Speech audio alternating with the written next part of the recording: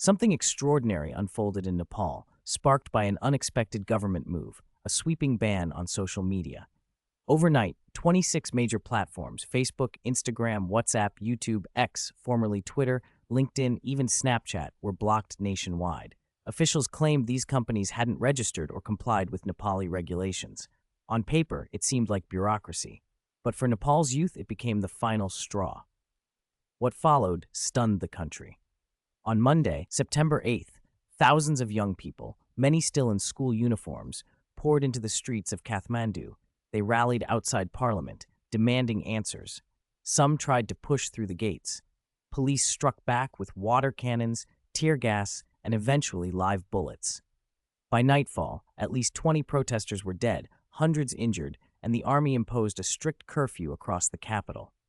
The movement is already being called the GenZRevolution of Nepal. Nearly everyone on the front lines is under 28, but the ban was only the trigger. The deeper fire has been burning for years.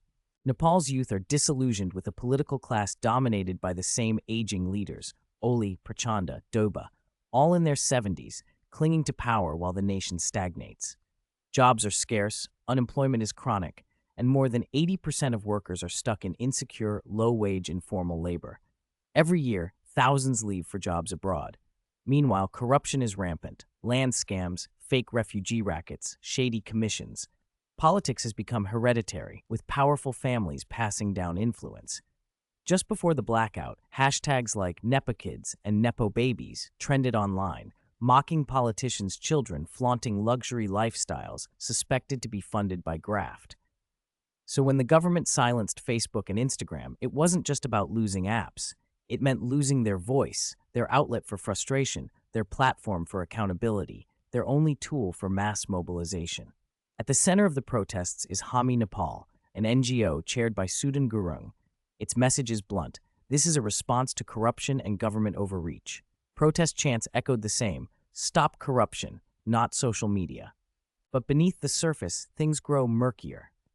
History shows that youth uprisings often intersect with NGOs, sometimes foreign-funded, used as vehicles for bigger geopolitical games. Think Serbia's bulldozer revolution in 2000, Georgia's Rose Revolution in 2003, Ukraine's Orange Revolution in 2004, and Euromaidan in 2014. Or the Arab Spring across Tunisia, Egypt, Libya, Syria in 2011. Myanmar in 2021, Hong Kong in 2019, Sri Lanka in 2022, Bangladesh in 2023. In nearly all, foreign donors and NGOs played visible or hidden roles. There is always an NGO, especially foreign-funded ones, behind almost every political coup. The same repeat players appear again and again: NED, USAID, Freedom House, the Open Society Foundation, the Ford Foundation. Directly or indirectly, their fingerprints are visible. So what about Nepal? Hami Nepal, though grassroots in image, has clear financial and organizational muscle. Mobilizing tens of thousands in Kathmandu isn't spontaneous. It requires funding, and the money trail is revealing. Two names keep surfacing: the Barbara Foundation and Infinity Holdings. Infinity is chaired by Deepak Bhatta, an arms dealer once accused of inflating police weapon contracts with Italian firm Beretta, charging 4 times the real price. Another backer, Sulav Agarwal of the Shankar Group, was arrested during COVID for profiteering on thermal guns. Then there's Dr. Sanduk Ruit, a world-renowned eye surgeon and Raman Magsaysay Award winner, linked to the Barbara Foundation. Admired for his humanitarian work, his ties to U.S.-aligned soft power networks raise questions. The Magsaysay Award itself, launched with Rockefeller support, has long been seen as a Cold War tool to cultivate pro-American elites across Asia. Many laureates are celebrated, but also criticized for echoing Western narratives, which raises a concern: is Dr. Ruit's influence within Hami Nepal purely humanitarian or part of something larger? This fuels suspicion that the Gen Z uprising, while authentic in anger, is being steered by external forces. Prime Minister KP Sharma Oli is viewed as close to China, with rumors of deep ties to Beijing's diplomats. That makes him a problem for Washington.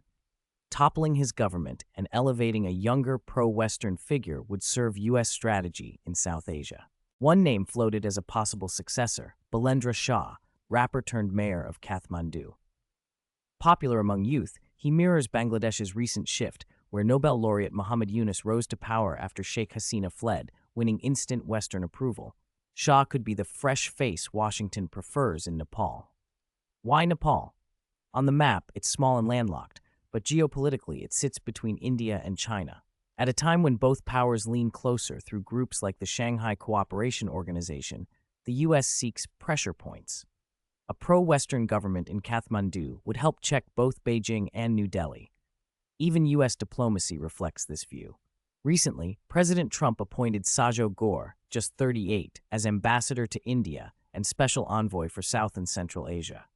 The dual role signals Washington sees India as part of a wider regional chessboard, where Nepal, Bangladesh, and Sri Lanka are key pieces.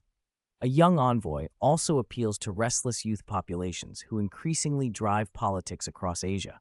Step back, and the picture sharpens. Nepal's youth are furious, rightfully so, but their movement is being shaped and possibly exploited by players beyond Kathmandu.